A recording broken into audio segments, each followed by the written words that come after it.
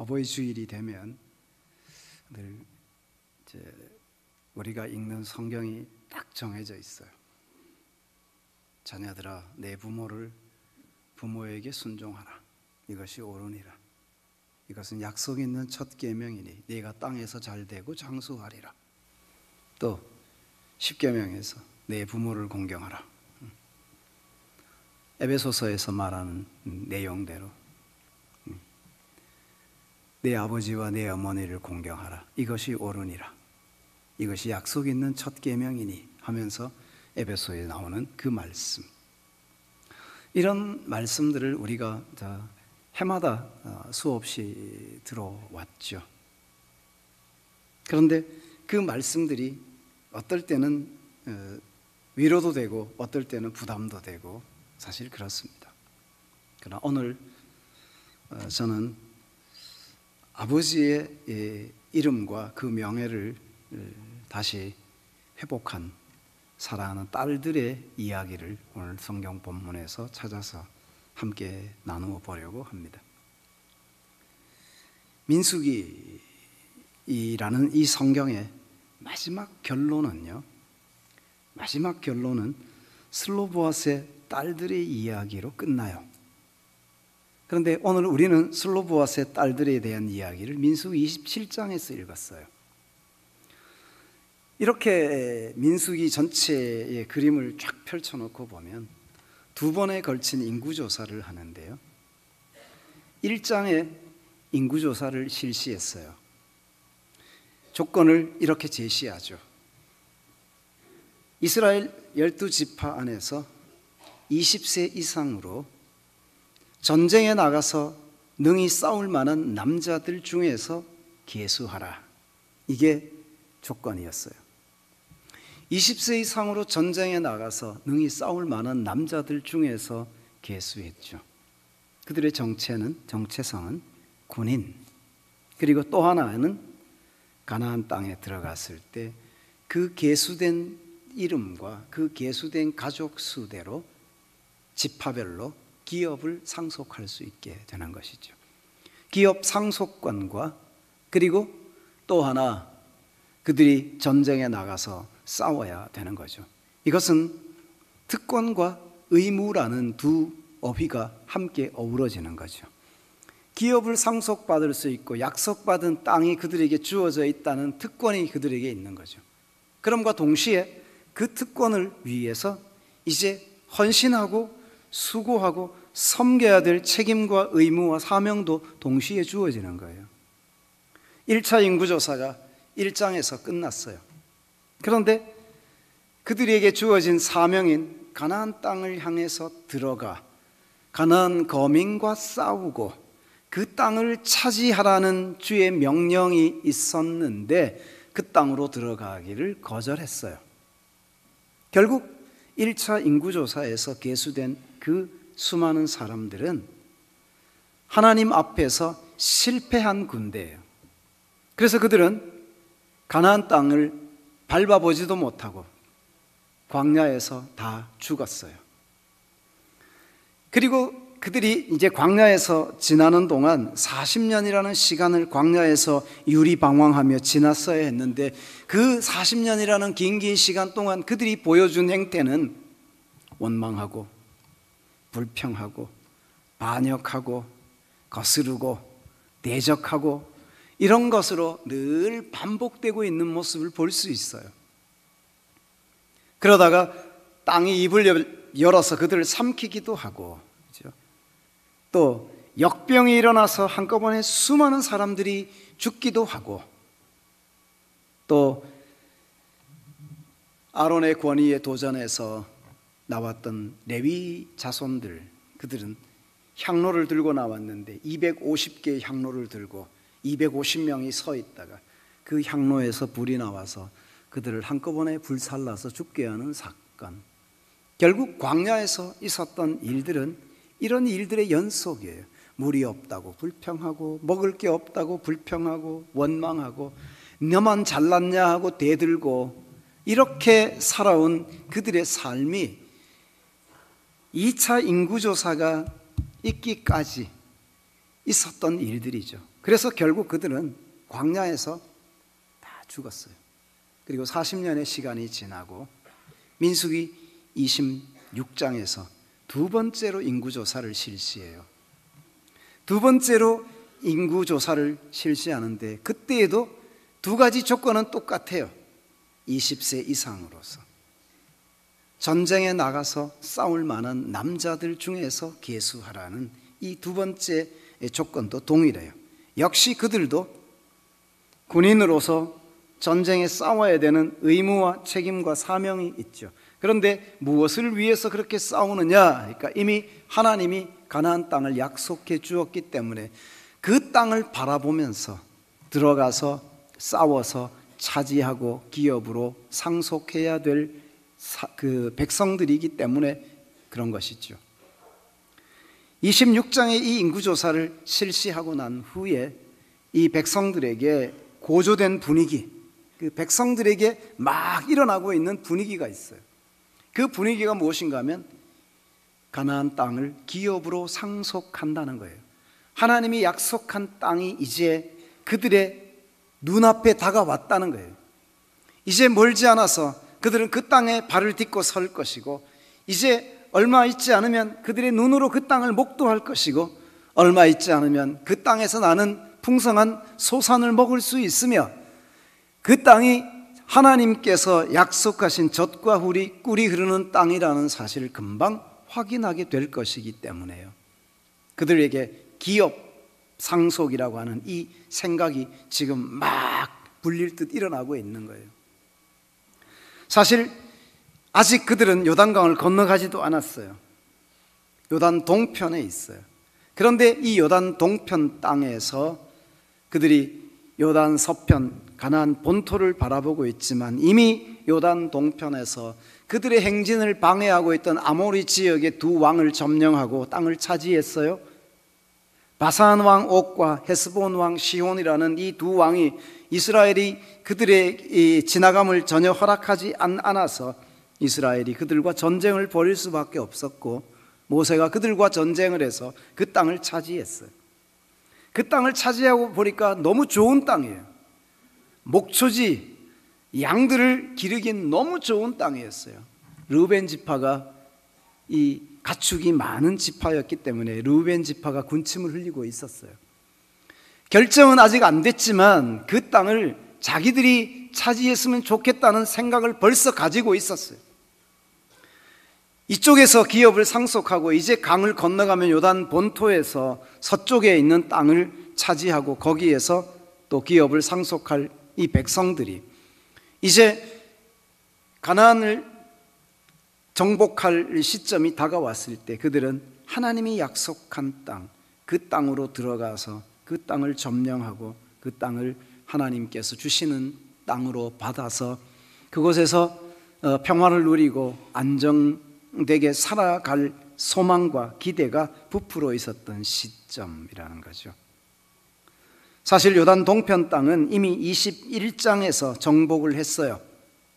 민수기 21장에서 벌써 요단 동편에 있는 땅들을 모세가 점령하고 그 땅을 벌써 차지하고 있었어요. 아직 기업을 나누진 않았지만 이미 그 땅을 점령하고 있는 동안에 이스라엘 백성들 안에서 그 땅에 대해서 이미 마음을 두고 있는, 이제 물론 나중에 르우벤 지파가 그 땅을 가져가게 되는데 모세가 딱 보니까 르우벤 지파가 들어가기는 너무 넓은 땅이에요. 르우벤 지파만 들어가기는 너무 넓은 땅이니까 거기에 갓 지파를 붙이고 므낫세 지파의 절반을 또 거기에다 붙여서 르우벤과 갓과 므낫세 지파의 절반이 요단 동편에 머물도록 조치를 취하는 것을 보게 되죠. 이것은 이미 그들 안에서 그 기업 상속, 그 땅을 차지하는 것에 대한 그런 분위기가 조금씩 고조되고 있었음을 보여주고 있는 분위기라는 거죠. 영국의 글루스터 주에 있는 첼트넘이라는 대학에 유명한 구약학 교수 한 사람이 있습니다. 이미 은퇴했지만 고든 웨남이라고 하는 사람입니다. 이 고든 웨남이 이 부분에 대해서 이제 설명을 쭉 하면서 그때 아직까지 땅을 차지하진 않았지만 그 땅에 대한 기대, 약속의 땅에 대한 어떤 소망, 그 땅을 차지해야 된다고 하는 그런 분위기가 이스라엘 공동체 안에 지금 무르익고 있었다 하는 이야기를 하고 있어요. 충분히 그럴 수 있는 거죠. 그런데 슬로보아스의 딸들이 민수기 26장에서 두 번째 인구조사를 딱 끝내고 난 다음에 슬로보아스의 딸들이 모세에게 나와서 이야기하는 거예요. 우리 아버지는 고라처럼 광야에서 반역하는 그 당에 가담했다가 죽은 것도 아니고, 이스라엘 백성들이 1차 인구조사 후에 가나안 땅에 들어가기를 거절했다가 하나님의 진노를 사서 광야에서 다 죽게 됐는데 그 무리 중에 우리 아버지도 속해 있어서 죽은 거다. 우리 조상들의 죄 가운데 우리 아버지도 함께 포함되어 있어서 그래서 아버지가 죽은 거다, 이렇게 이야기하는 거죠. 그런데 아버지가 살아있었으면 가나안 땅에서 우리에게 기업이 주어졌을 것이 틀림없는데 아버지가 죽고 다른 아들이 없고 우리 딸 5만 남아있기 때문에 우리는 기업 상속의 명단에서 빠져 있습니다. 우리도 포함시켜 주십시오 라고 요청을 한 것입니다. 이 이야기를 들어보면 슬로보아스라는 사람은 1차 인구조사 때 거기에 포함되어 있었던 사람인 거죠.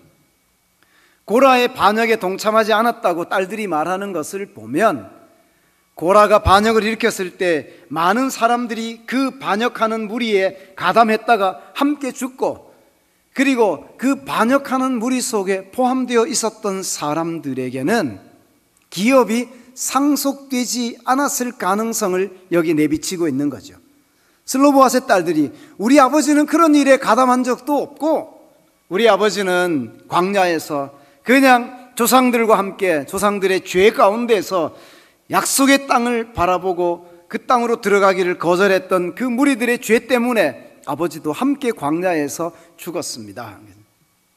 20세 이상으로 출애굽한 그 시점을 기준으로 20세 이상인 사람들은 가나안에 들어갈 수 없다고 하나님이 정하셨기 때문에 그들의 아버지도 광야에서 죽었던 것이죠. 와인그린이 이런 것을 밝혀주고 있어요. 고대 사회에서 중대한 범죄를 일으켜서 공동체에 피해를 입힌 사람들은 그들의 재산을 몰수할 수 있었다, 이런 거죠. 그런데 광야에서 그런 일이 있었는지에 대해서는 전혀 언급이 없기 때문에 우리가 알 수가 없고요. 또 성경에서 그런 기록들이 없기 때문에 우리가 이것을 단언적으로 그렇다 이렇게 말할 수는 없어요. 그러나 충분한 어떤 개연성을 발견할 수는 있어요. 슬로보아스의 딸들이 자기의 아버지가 그렇게 불명예스럽게 죽은 것이 아니고 단지 아들이 없다는 것 때문에 우리가 상속권에서 밀려난다는 것은 있을 수 없으니까 아버지의 형제들 중에서 우리 아버지에게 돌아올 분깃을 우리 딸들에게 나누어 주십시오 하고 요청을 했습니다. 이 이야기를 들은 모세가 하나님 앞에 나아가서 그 이야기를 하는데 이 딸들이 자신들의 욕심을 따라서 구한 것이 아님을 본문에서 알 수 있어요. 왜냐하면 27장 2절에 보면 그들이 회막문에서 모세와 제사장 엘르아살과 지휘관들과 온 회중 앞에 서서 이르되, 이 요구를 모세에게 개별적으로 5딸이 찾아가서 요구하는 것이 아니라 모세와 대제사장과 그리고 지휘관들과 온 회중이 있는 가운데에서 공개적으로 이야기를 하는 거죠. 우리 아버지 슬로보아스는 광야에서 죽었는데 1차 인구조사 때는 계수되어서 가나안 땅에서 기업을 상속받을 자로 인정이 되었고 그 아버지에게 돌아올 분깃이 정해져 있었는데 아버지가 광야에서 죽었습니다. 그런데 아들이 없고 우리 딸 5만 있으니 우리는 기업 상속에서 배제되고 우리는 밀려났습니다 아버지의 형제들에게 돌아갈 그 분깃 중에서 우리 아버지에게 돌아올 부분을 돌려주십시오 라고 요청을 했는데, 모세가 이 문제를 하나님 앞에 아뢰었더니 여호와께서 말씀하십니다. 슬로보앗의 딸들의 말이 옳다. 너는 반드시 그들의 아버지의 형제 중에서 그들에게 기업을 주어 받게 하되 그들의 아버지의 기업을 그들에게 돌릴지니라. 그러면서 이제 새로운 판례가 만들어지고 있습니다.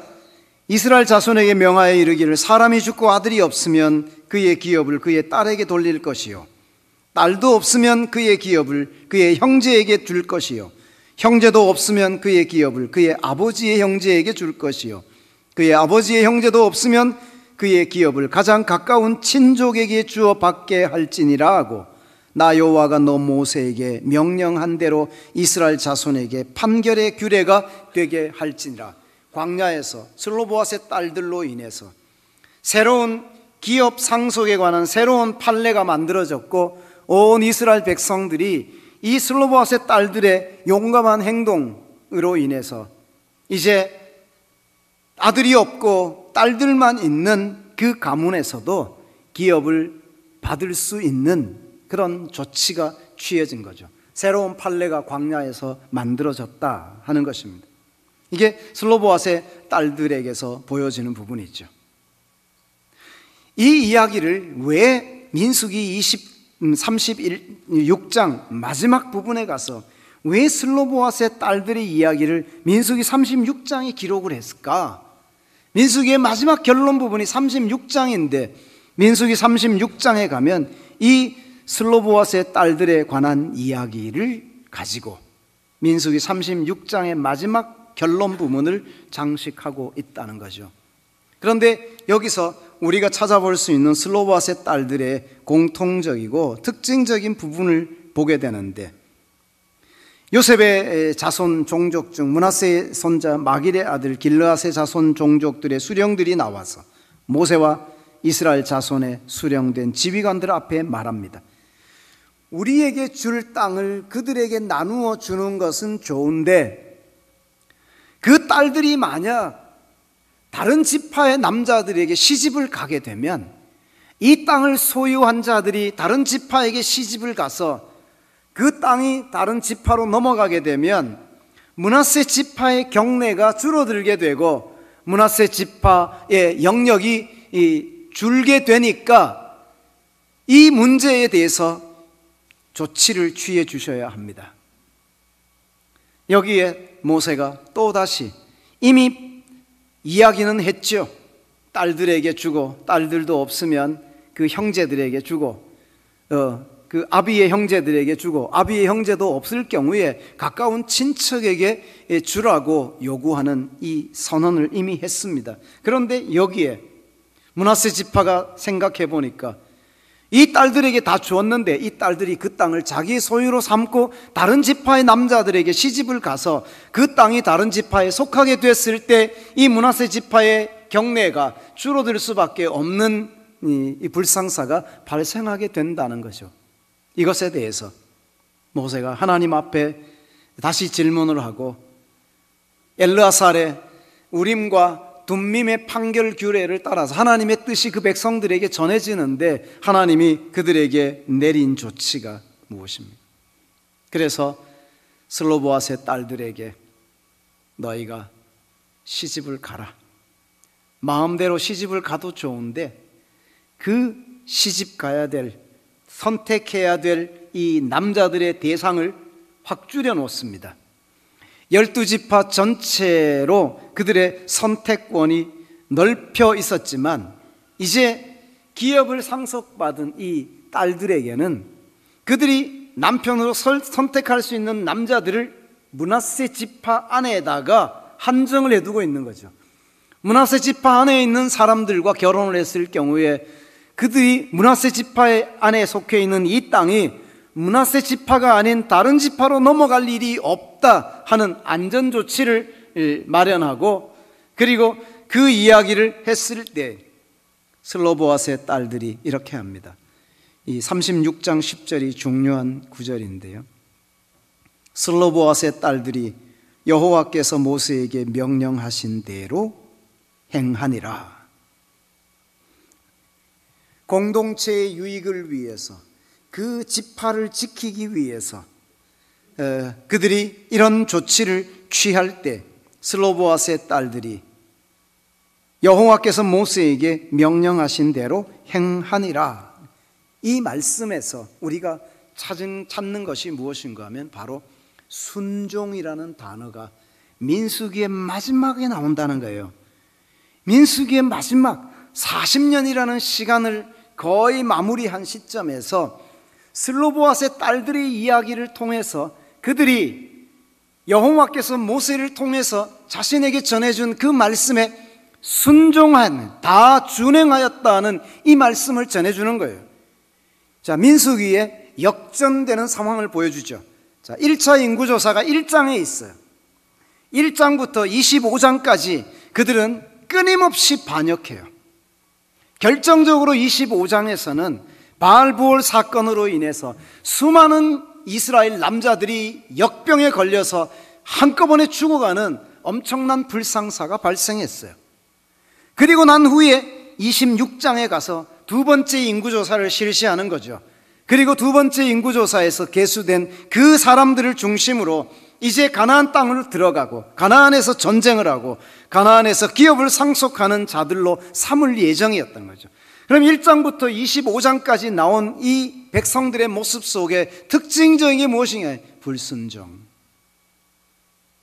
그리고 반역, 원망, 불평, 하나님을 대적하고 모세와 아론을 대적하고 하나님을 대적하고 반역하는 무리들로 계속 살아오죠. 마실 물이 없다고 불평하고 모세를 돌로 치려고 하는 사건이 벌어지고, 고기가 없다, 먹을 게 없다, 언제까지 만나만 먹고 살아야 되냐고 원망하고 불평하다가 불뱀에 물려서 죽는 사건, 광야에서 반역에 가담했다가 땅이 입을 열어서 죽는 사건, 이 불순종의 꼬리에 꼬리를 무는 일들이 발생하고 있는 거죠.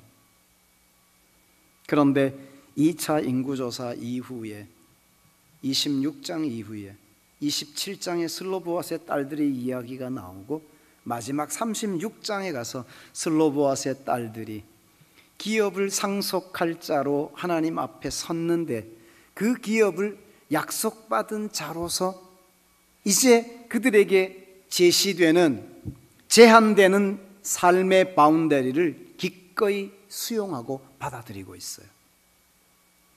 그들이 선택의 폭이 좁아지지만 그들이 넓은 길을 갈 수 있는 상태에 있다가 갑자기 좁은 길을 갈 수밖에 없는 환경이 주어집니다. 선택의 폭이 넓었는데 선택의 폭이 좁아졌습니다. 그런데 이런 모든 조건과 환경에 대해서 슬로보앗의 딸들이 여호와께서 모세에게 하신 말씀대로 준행하였더라, 순종했다는 거예요.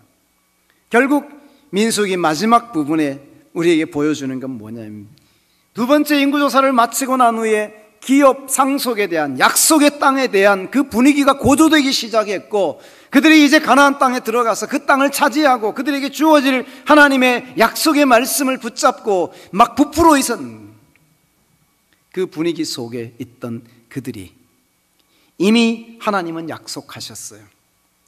이미 하나님은 그 땅을 약속해 주셨고, 현실적으로 볼 때 그 땅을 차지하는 게 쉽지 않아 보이고 어려워 보이고, 그 땅을 차지하기 위해서는 희생이 수반될 수밖에 없는 힘들고 어려운 환경이지만, 이미 약속한 하나님의 말씀을 가지고, 그 약속의 말씀을 가지고 그 땅을 차지하는 것을 기정사실화하면서 성경을 기록하고 그들의 믿음을 고백하고 있는 것이죠. 이미 하나님이 주셨어요. 그런데 아직이에요. 아직.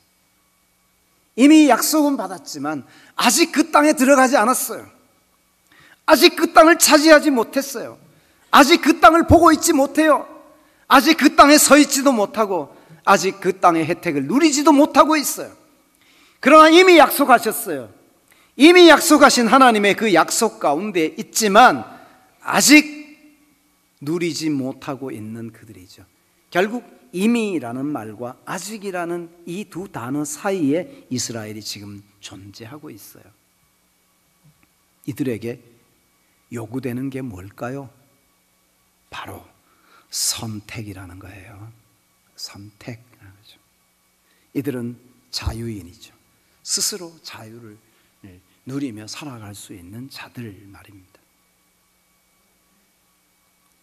불순종하던 그 무리들에게서 시작된 이 이스라엘의 광야 생활, 이제 가나안을 눈앞에 두고 있는 이 백성들, 2차 인구조사를 끝내고 난 이후에 백성들의 무리 속에 그들에게 그 땅에 대한 기대가 부풀어 오르고 있었고, 그리고 그 일을 위해서는 하나님의 말씀에 순종하면서 살아가야 될 사명이 그들에게 동시에 주어져 있는 거죠.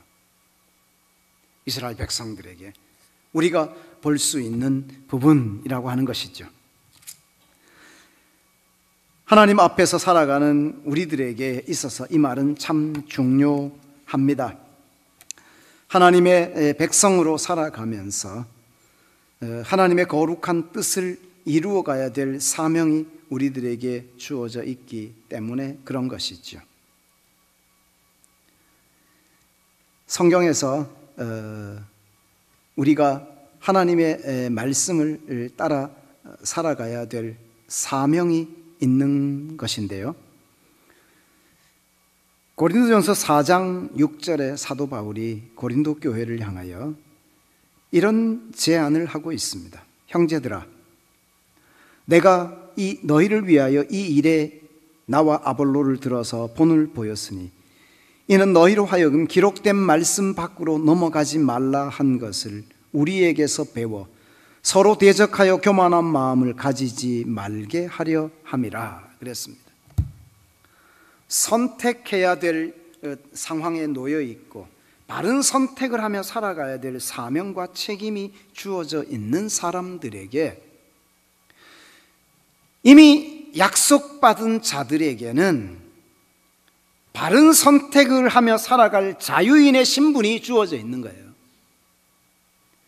그리스도 예수 안에서 하나님 나라를 기업으로 약속받은 모든 백성들은 이미 하나님 나라를 약속받은 자로 살아가기 때문에, 이미 약속받은 자이기 때문에 아직 그 땅을 우리가 누리고 그 땅을 밟고 살아가고 있지는 못하지만 이미 약속받은 자들에게는 그 땅을 사모하고 바라보면서 날마다 자기를 쳐서 복종시키고 기록된 말씀 밖으로 나가지 않도록 애를 쓸 뿐만 아니라 자유인으로서 제대로 된 선택을 하고 살아가야 할 책임이 있다고 하는 거예요.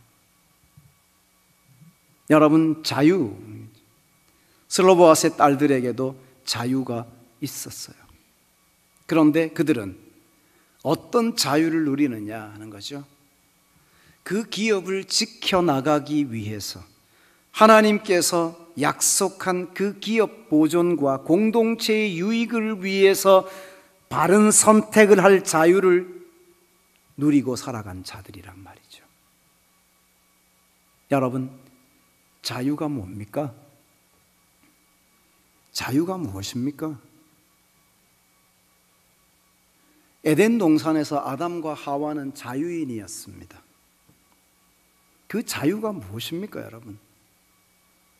하나님이 모든 것을 지으시고 동산 중앙에 선악을 알게 하는 나무를 만드시고 아담에게 말합니다.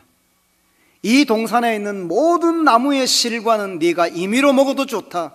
그러나 동산 중앙에 있는 선악을 알게 하는 나무의 열매는 먹지 마라. 먹으면 죽는다. 어떻게 죽는다는 거예요? 반드시 죽는다는 거예요. You shall die 그랬어요. 이건 반드시 죽는 거예요. 하나님께서 반드시 죽을 것이라고 말씀하셨어요. 그 동산 중앙에 선악을 알게 하는 나무를 정해 놓으시고 먹지 마라. 다른 건 다 먹어도 좋다. 먹으면 죽는다. 하나님이 규정을 정하셨어요. 이때부터 아담과 하와는 자유인이에요. 선택할 수 있어요. 이걸 선택하면 죽어요. 이걸 선택하면 살아요. 비로소 자유인이 된 것이지요. 아담과 하와가 동산 중앙에 있는 나무를 선택하지 않았다면 그들을 향한 징벌과 하나님의 진노가 있을 리가 없잖아요. 자유는 이런 거예요. 원래 순 우리말에는 자유라는 말이 없었어요. 자유라는 개념이 없단 말이에요. 이 자유라는 말은 한자어에서 번역된 거예요. 독일에서 발전한 철학책들이 일본어로 많이 번역이 돼 초기에.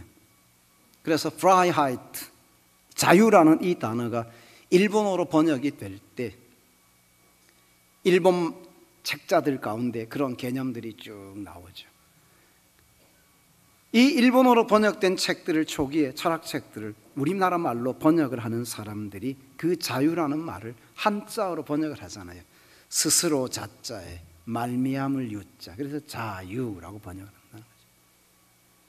이 자유를 제대로 이해하지 않으면 자유를 방종에 가까운 단어로 이해하기 쉽고 무엇이든지 마음대로 할 수 있는 것을 자유라고 착각하게 돼요. 그건 자유가 아니에요. 그건 방종이에요. 자유는 선택할 수 있는 기준이 정해지고 무엇을 선택하느냐에 따라서 책임을 지는 거예요. 하나님 나라를 기업으로 상속받을 자들, 가나안 땅이 약속되어 있는 슬로보아스의 딸들은 그 가나안 땅을 약속받은 자로서 자신들에게 주어진 모든 것들을 기꺼이 수용하며 살아가고 있는 거죠.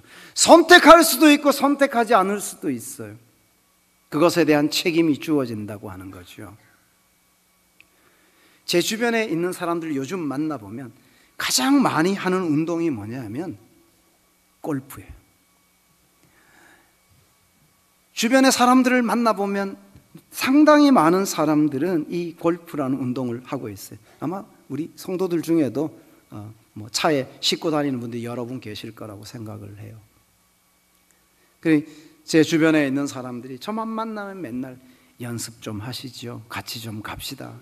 매일 아니요, 저는 못 갑니다. 아니 왜? 내가 못해서 안 하는 게 아니라 진짜 안 하는 겁니다. 못해서 안 하는 게 아니라 할 수 있지만 안 하는 거예요. 저는 20년이 넘게 골프장에 가본 적이 없습니다. 그것은 나 자신과의 약속 때문에 그런 거죠. 제가 영국에 있을 때 골프를 안 쳤겠습니까? 쳤습니다. 왜? 모두가 하니까. 그런데 한국으로 들어올 때 제가 그랬습니다. 가지고 있던 거 몽땅 다 주고 제가 사역하던 교회 부목사에게 다 주었습니다. 그리고 나는 한국에 들어가서 목회를 시작하면 은퇴할 때까지 나는 이거 안 할 겁니다. 이렇게 하고 들어왔어요. 그리고 제 자신과의 약속이니까, 내가 선택한 거니까 내가 지켜가는 거죠. 내가 취할 자유도 있고 버릴 자유도 있는 거예요. 주님께서 세상에 계실 때 주님이 무엇입니까?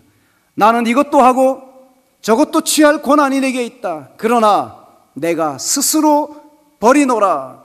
주님이 스스로 버린다고 말씀하시잖아요. 스스로 버릴 수 있는 그런 자유가 우리에게도 있는 거죠. 그래서 오해하지 마십시오. 여러분이 골프 치지 말라는 얘기 절대 아닙니다. 열심히 치십시오. 열심히 치시고 열심히 운동하시고 열심히 하십시오. 제 자신의 이야기를 하는 거예요. 우리가 스스로 그렇게 결정하고 할 수 있다는 거죠.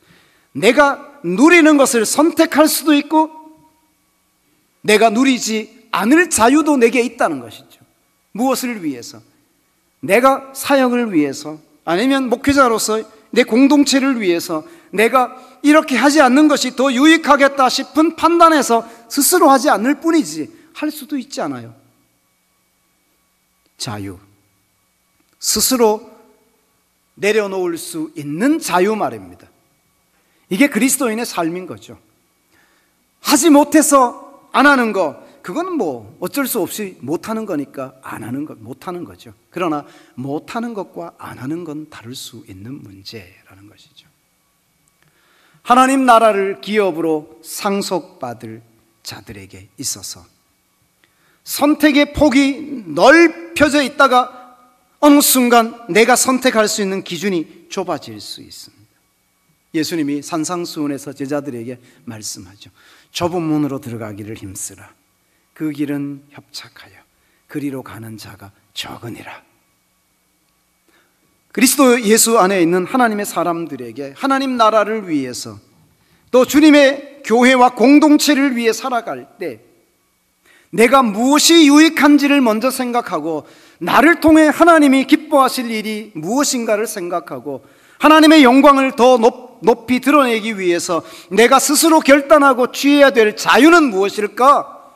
스스로 내려놓을 수 있는 자유, 더 많이 누릴 수 있는데 스스로 누리지 않을 수 있는 자유, 더 많이 가질 수 있는데 스스로 갖지 않을 수 있는 자유.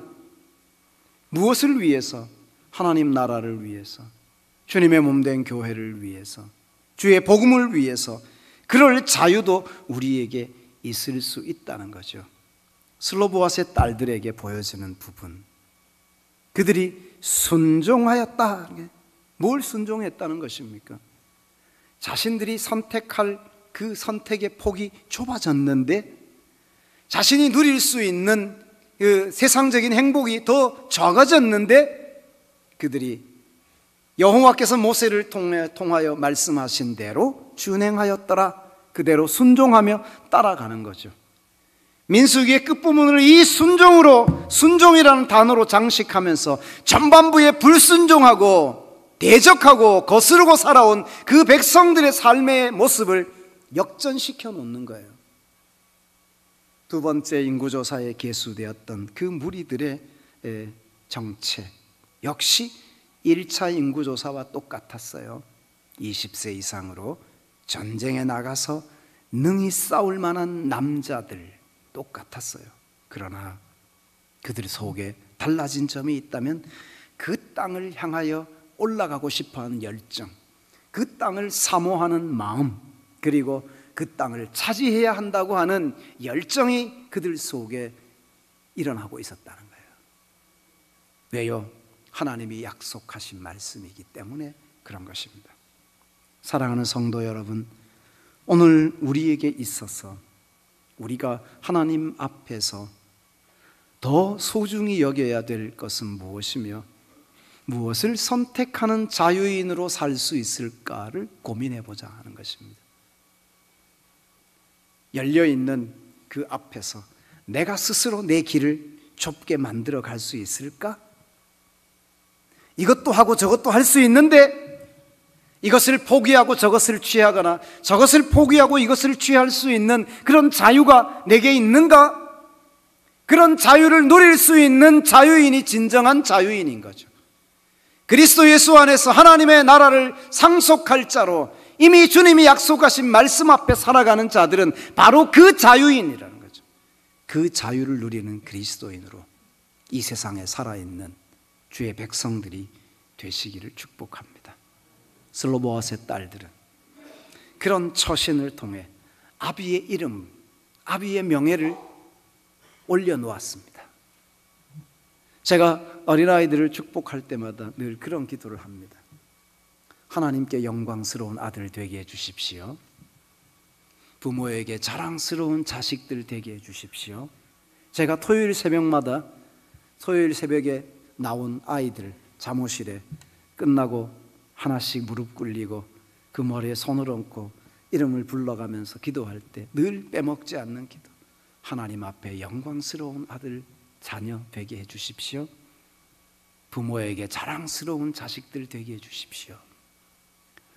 슬로보아스의 딸들은 부모에게 자랑스러운 딸이었습니다. 아버지가 이미 죽었지만 그들의 어미가 살아있었다면 얼마나 뿌듯했겠습니까? 이 딸들이 용감하게 처신하고 지혜롭게 처신해서 광야에서 기업 상속에 대한 판례까지 새롭게 만들어내게 할 정도로 이들의 용감한 모습이 성경에서 높이 드러나고 있는 것이죠. 비판하는 사람들, 특히나 이 좌경화된 사람들이 이 성경을, 이 본문을 읽으면 당장 무엇을 만드는지 아십니까? 교회라는 가부장적인 권위 아래 용감하게 도전한 이 여인들의 모습을 따라 여인들이여 일어나라, 이렇게 이용한다는 거예요. 실제로 2005년에 모 정치인이 슬로보아스의 딸이라는 그 독립영화 한 편을 들고 사람들을 선동했던 적이 있었어요. 천모시라고 있어요. 제가 이름을 말하지 않겠어요. 그런 사람이 있었어요. 이건 그런 본문이 결코 아닌데 말입니다. 그런 내용이 아닌데도 여성 해방이라고 하는 타이틀에 갇힌 사람들은 보아야 될 것을 보지 못하고 정말 들어야 될 것을 듣지 못하고 자기 느낌대로, 자기 생각대로 이념의 노예가 되어서 성경을 자기 말의 재료로 사용하려고 하는 아둔한 자들이라고 하는 사실을 알 수 있는 것이죠.